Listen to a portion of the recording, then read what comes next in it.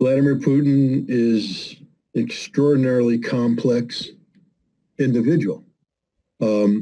He is somebody that, if you told the truth about him, people would find him attractive as a leader. He's very honest. He's incorruptible. He is smarter than anybody else in the room. He is articulate. He's compassionate. He cares about his people. I mean, for the Americans, that's the biggest sin of it all. He cares about the Russian people. You see, we want a leader like Boris Yeltsin, who is weak, easily corrupted, easily pressured into doing things, who engaged in policies that benefited the United States and the West, but were destructive to the Russian people. That's the kind of Russian leader we want. And so we are deeply resentful that Vladimir Putin came to power and has stayed in power despite everything we've tried to do to get rid of him. In fact, the longer he survives, the angrier we get. The more he is president, the more compassion and his vision of humanity, peaceful coexistence, prevalent this message is on the world stage, and the more we must suppress it. And the way you suppress it is by attacking the man, attacking his character, creating an artificial picture. And that was the purpose of this documentary. This documentary wasn't designed to tell the truth about Putin or even educate people about the reality of Putin.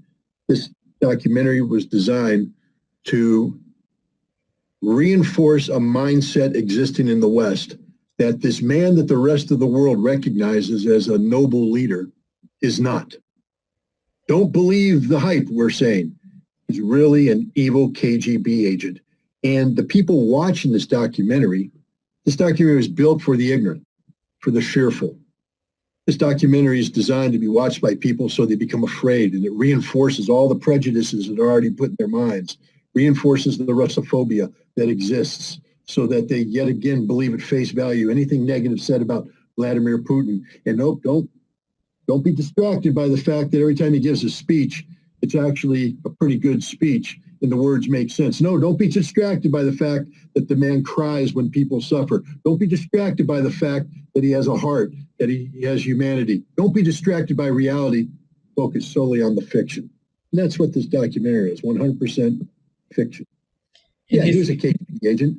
You know, I was a Marine Corps intelligence officer. Did that for 12 years. Did it shape my life? You're damn right it did. I'm proud of every second I spent as a Marine. But just because I was a Marine Corps intelligence officer doesn't mean I'm an evil person. Just because Vladimir Putin was a KGB officer doesn't mean he was an evil person. Being in the KGB does not mean you're evil. It means you're doing a job. It means you're serving your country.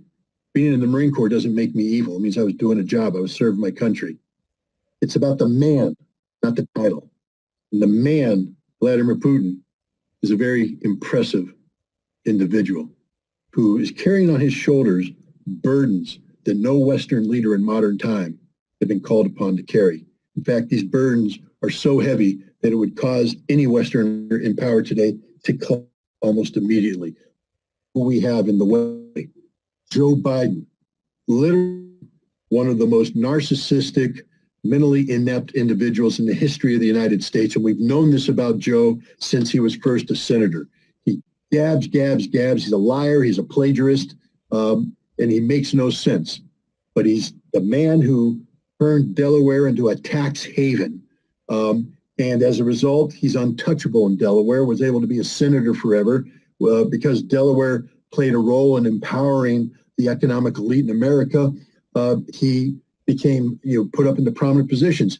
He's not smart. Listen to anything he said. He's been wrong every single time he opens his mouth, but the Democrats don't care, and they made him president.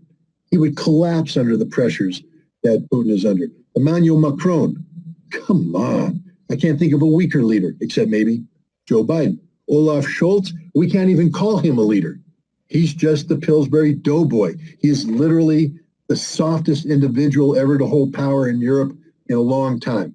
I mean, the female who just became prime minister of Italy. Oh, geez, I forget her name.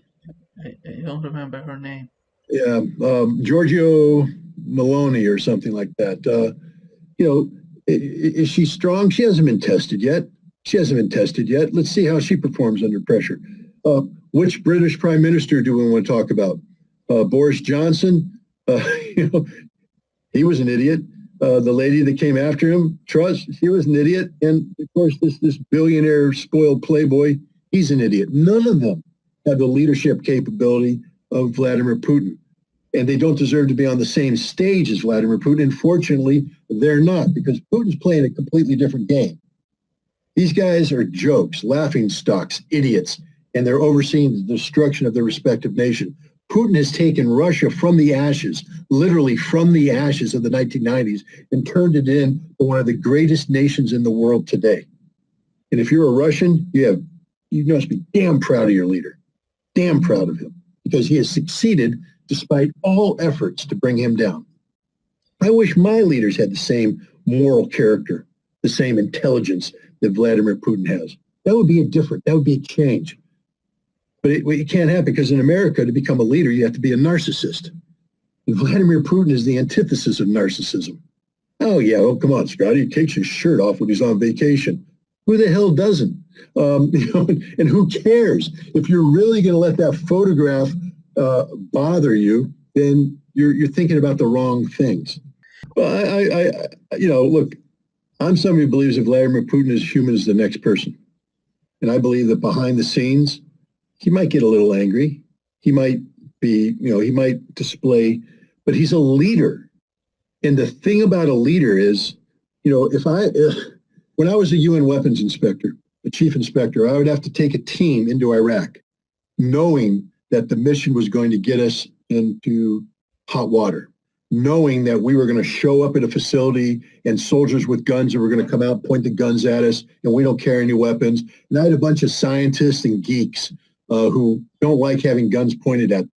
And I had to bring them and organize them and take them into Iraq and make them believe in the mission. But before I came out to address the team, I'd be in the back by myself, and I was scared to death. I was nervous. This mission scared me. I wasn't sure that we were going to succeed. I'm going through the documents, all this stuff. But all those uncertainties disappear the moment you enter the room. I opened that door and I walked out in front of them, and it was, I am in charge. I am the boss. I am the alpha dog. I am your leader. You will follow me. We're going to win. Let's go. Let's go. And they all went. And that's Vladimir Putin. I'm sure behind closed doors, there's a little bit of thinking and a little bit of worrying, because it's a hard problem he's been given. This ain't easy what he's being called upon to do. But being the leader that he is, when that door opens and he walks out and he is the face of Russian leadership, not only to Russian people, but the world, look at the face, calm, collected, no panic. If there's emotion, it's compassion. Compassion is one of the greatest weapons in the world. I wish the United States would learn how to wield it effectively. But in order to be compassionate, you have to be genuine, because people can see through fake compassion. Joe Biden, every time he pretends to be compassionate, he's not. Because again, I come back to what I said earlier. America doesn't care about anything other than America. Whereas Vladimir Putin, I believe, cares about other nations, cares about humanity, cares about people, because he's not bitten by the ego that's bitten America.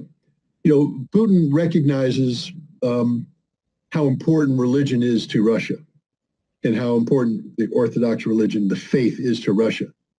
But never once does he say that Russian Orthodoxy is the dominant religion of the world, that Russia is anointed by God to spread Orthodoxy around the world. But in America, we believe that God has blessed us. I mean, after all, at the end of each speech by an American politician, God bless America. And I always am struck by that. What does that mean? Does that mean that God damns everybody else? God blesses us, but damns the rest of the world. That we are the anointed people, everybody else isn't. They are the heathens. That we are the ones that have been, ordered by God, ordained by God to lead the world. The rest of the world is condemned to be followers. That's really what's happening here. I hope people see that. Whereas Vladimir Putin, who openly, speaks about the importance of faith, never once says Russia has been ordained by God to liberate the world. He only speaks of the importance of faith to the Russian people, to the Russian nation. And therefore, that means that he respects other nations. See, we can't respect other nations. We're incapable of respecting other nations because God has only anointed us. God has only blessed us. So how can we respect nations that have not been blessed by God? Whereas Russia believes that they have their faith. But look how he treats Muslim nations. Not as inferiors. He doesn't mock their religion. He treats their religion with respect. He treats every religion with respect. He treats other people with respect. So this is why he's a great man. And one of the reasons, this is the other thing I have to say, he's a great man because the Russians are great people. The Russians are a great people. And more, I hope people come to respect. They're not perfect. Okay? Please, anybody watching this, I'm not saying the Russian people are perfect because they're humans. And by definition, we can't be perfect. They are capable of the same foibles, errors, mistakes that all humans make. They're humans. But what makes them different from Americans is their compassion and their humanity. I can guarantee you that if a Russian citizen is walking down the streets of Moscow and they see a homeless person on the street, they are going to do something to help that person, get that person where they need to be to get the assistance. In America, we drive by tent villages and cardboard box villages full of homeless people, and we ignore them. We ignore them. We ignore our own people who need help. What do you think we're going to do to the rest of the world when it needs help? Whereas Russia is genuinely compassionate, and that's because of the Russian people. And if there's one thing I hope to be able to do is to get American people in touch with Russian people so they can have just basic conversations so that we can learn to appreciate them and they can learn about us. Whether they choose to appreciate us, we have to earn that. It can't be given. We can't make anybody appreciate us, but I think we should give them the opportunity to understand us because that's the key. We have to understand one another. Right now in the United States, Russophobia is a disease. Everybody has been infected by it. It's like rabies. We foam at the mouth when we say Russia. They're evil, Putin, evil, documentary, KGB agent, oh, bad. The truth is so much different. The truth is they are compassionate human beings where their basic humanity defines who they are. And once you get to know them and understand them, you could never fear them. It doesn't mean that they can't generate fear. Just ask Germany what happens when you get the Russians mad and they finally, the saying, slow to harness, fast to ride. It takes a while to get the Russians moving. They don't like to get out of their whatever they're doing in their Russian life. They don't want to be messed with. But once you mess with them, once they get up and once they get harnessed, they're off to the races, baby. And just ask the Germans how that worked out. So I'm not sitting here saying that the Russians are incapable of hard decisions and hard actions. They are fully capable of it. But I will say that it will break their heart. And when it's all done, they're more likely to put out a helping hand to help you get back up than they are to put a foot on your throat and keep you down. In first meeting of Putin with Clinton in this documentary, so it shows that Clinton says to his advisors that this guy doesn't seem to want to deal with me, do anything with me. And do you think that what happened during Clinton and Yeltsin was the motive behind this, behind Putin not being interested to deal with Clinton? Well, let's remember this. Look, the National Security Archives of the United States has released a declassified phone conversations between Bill Clinton and Boris Yeltsin. And if you read these, it's humiliating for the Russians. Absolutely humiliating. The arrogance that Clinton feels. He pretends to be the friend, but he's not. Yeltsin repeatedly says, I need help, I need help, I need this, I need that. And Clinton's like, well, no, but we need you to do this. And Yeltsin wants to please his American master, so he does that. And he's begging. And the ultimate betrayal was the American decision to bomb Belgrade in 1999. And it's literally humiliating to read the transcript and see just how broken Boris Yeltsin is because of this betrayal by the United States. And it finally comes clear to him that he's been betrayed, that Clinton has been using him. And then I asked people to remind themselves, who was sitting in the room when Yeltsin was making that phone call, being humiliated? And the answer is Vladimir Putin. Vladimir Putin watched his president, the leader of his nation, be humiliated by the American leadership. So going forward, the message Tillerson isn't that willing to do business with him. It's that Tillerson hadn't earned the right and privilege to do business with Putin. Americans have to get over there. Just because show up doesn't mean that Putin has to play Yeltsin and bow down and bring you in. Putin will, of course, bring you in. You're the United States of America. You get your audience. But at that point, you have to earn it. You have to put something on the table that is worthy of interaction. Putin is not going to sit there and just be dictated to. It must be part of a negotiation. And to start that negotiation, you have to put something real on the table. And neither the Clinton administration, the Bush administration, the Obama administration, or the Trump administration ever put anything on the table worthy of discussion. It was all about furthering the same sort of American dominance that existed under Boris Yeltsin and the expectation that Russia would accept a subservient role. And Putin said, no, we are equals. We're not trying to say we're superior to the United States, but we are your equals. And you have to treat us as equals, or else I really don't want to do business with you. And, a lot of Americans call this arrogance. I called it being a good Russian leader. If you want to do business with Putin, put something on the table worthy of discussion. It has to be something that isn't singularly beneficial to the United States. In arms control, for instance, I'm a big proponent of arms control.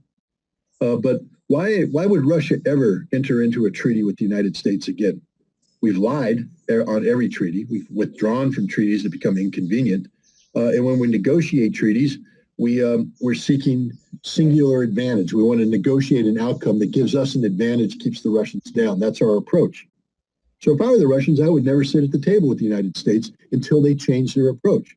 If the United States wants an arms control agreement with Russia, we have to respect Russia's legitimate national security concerns, treat them as legitimate, and then be willing to compromise so that we both get what we're looking for equally, mutually, that nobody gets an advantage. That's the purpose of arms control, is to level the playing field so that we're both on the same page, so nobody feels threatened, so that we're encouraged to pursue disarmament, to get rid of nuclear weapons so the world doesn't die in a nuclear holocaust in the morning. But what we want is to negotiate a treaty that allows us to cheat, which we have done in New START.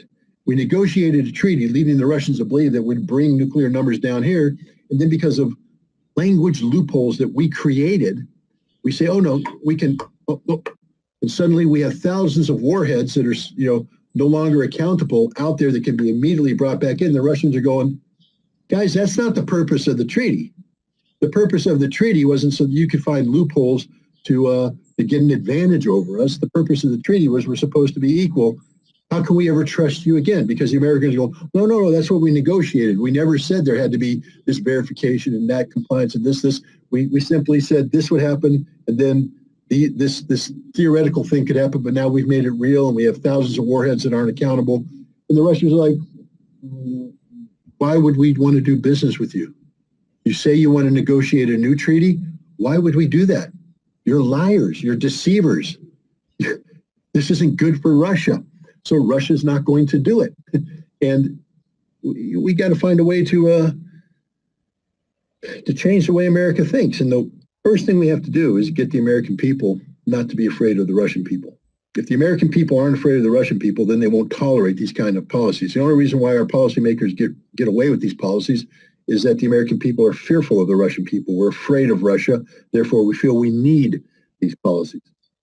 It's got to be about the total re-education of the United States of America when it comes to Russia. And we have to find a way to fix it. And in any case, we're talking about generational changes. Let me make it clear. There's very few people of my generation who have good feelings towards Russia, because I was among the very few who actually traveled there, met Russians, and helped understanding based upon reality, not fiction. Most people grew up during the Cold War, didn't interact with the Russians, and then in that brief moment in the 90s where the walls came down, we treated the Russians as a defeated enemy. And we had expectations that Russians would always be subservient, always be at the beck and call of America, dependent upon America. And we liked that. We liked feeling good about ourselves, going into Russia like the big American and looking at the pathetic Russians. And yes, capitalism will cure everything, we told them. Just trust capitalism. But meanwhile, sell us all your resources at very low prices. Well, you want a living wage? You don't need a living wage. You're Russians after all. You know how to suffer in silence. Meanwhile, we'll get rich off of your wealth and all this stuff. If that's how you dealt with Russia, then you don't know anything about Russia. And when Russia decided to stand back up on its feet, you became resentful of Russia. And that resentment led to isolation. And from isolation, ignorance is born. And from ignorance comes fear. And that's what feeds Russophobia. So today we have an America that is thoroughly isolated from the reality of Russia. We are fearful of Russia because we've been told to be afraid. We're ignorant of everything about Russia, and therefore nothing's going to change, because from our ignorance-based fear, politicians make policies that say, we will protect you from the Russians. So we need more nuclear weapons. We need to build up NATO. We need to do all this. And all the Americans go, yes, please, please protect us from the evil Russians, from that Vladimir Putin, that KGB man. I saw the documentary. He's evil. And we got to change this. And one thing I've learned about people my age and even a couple generations, once we get set in our ways, we don't change. We don't change. Most of these people who hate Russia will go to their deathbeds hating Russia because they're just stupid and ignorant, and they really don't care. They don't want to learn. That takes too much effort. We got to skip a generation, and we got to get down to the children. And we got to get the children to start working, because that's the generation that could make a change. They haven't been polluted or corrupted yet by narcissistic politicians. Let them formulate their own things. And so, I'm hopeful of creating a network of dialogue where, my working term is Moms That Matter, MTM. And I want to create a network of moms that matter in Russia and the United States. And the reason why moms matter is that the moms care about their children. They love their children. And so the mom that matters in Russia will pick up the phone to a mom that matters in America, and their children will talk, and their children will become friends. We don't need to do pen pals anymore. We got FaceTime. We got video chat. So these Russians can look at their Americans and they can see, and their children, and children are amazing, and children will learn to love and have compassion and feel, and they'll talk to people. So when someone says they're evil, they say, no, I just talk. They're not evil. They like the same things I like. We'll talk about music. We'll talk about culture. We'll talk about literature. We'll just talk about playing. We'll talk about living. And once you do that, as they grow older, they'll realize that extends into adulthood, and the respect and the compassion and the humanity that's shared there will lead to good policy. Good policy. We can't make good policy overnight. It's going to take some time, but we can focus on in the short term is making sure we don't kill ourselves in the process of the transition. And the way we're going to kill ourselves is nuclear war. So we got to fight for arms control. There's a lot of Russians that take umbrage when you say disarmament, because they say, we don't trust you. We're not going to disarm. Okay, but what if we agree not to build more weapons? What if we agree to have inspectors go in so that we have confidence that neither side's trying to get an advantage? What if we at least stabilize our nuclear forces so that we know what we have. And therefore, we're not afraid. We're not seeking advantage. It's stable. It's calm. Okay, we're not asking you to disarm yet because you don't trust us. We haven't earned your trust. But let's stop the arms race. Let's bring it under control. Let's calm things down. Let's buy time so that Sasha and Joseph can learn to talk to each other on the phone, have a conversation, recognize mutual humanity, and give them a chance to grow up and let them change the world the way they want to change it. But let's keep the world alive. Let's keep it here. Let's keep it functioning. I don't know. That maybe it's naive, but that's what I think should be happening. He tried to reach out to the West. He tried to join NATO. He bought into the idea of George H.W. Bush that there could be a Europe whole and free from Lisbon to Vladivostok. Now, he was turned down. Why was he turned down?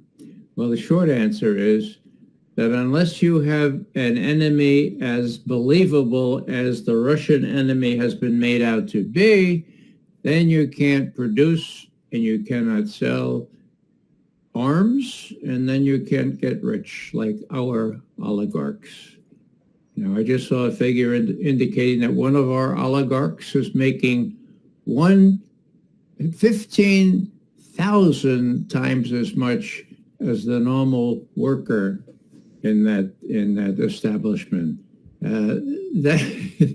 That's egregious. That's obscene in my view.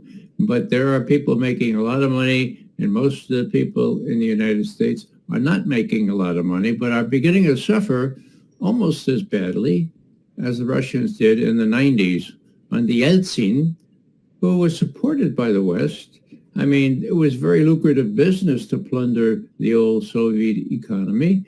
And when he was in danger of not being reelected in 1996, guess what we did? We, the United States, not me. The IMF, the World Bank, they all jumped in and gave his campaign all kinds of money, and we gave him all kinds of advisors.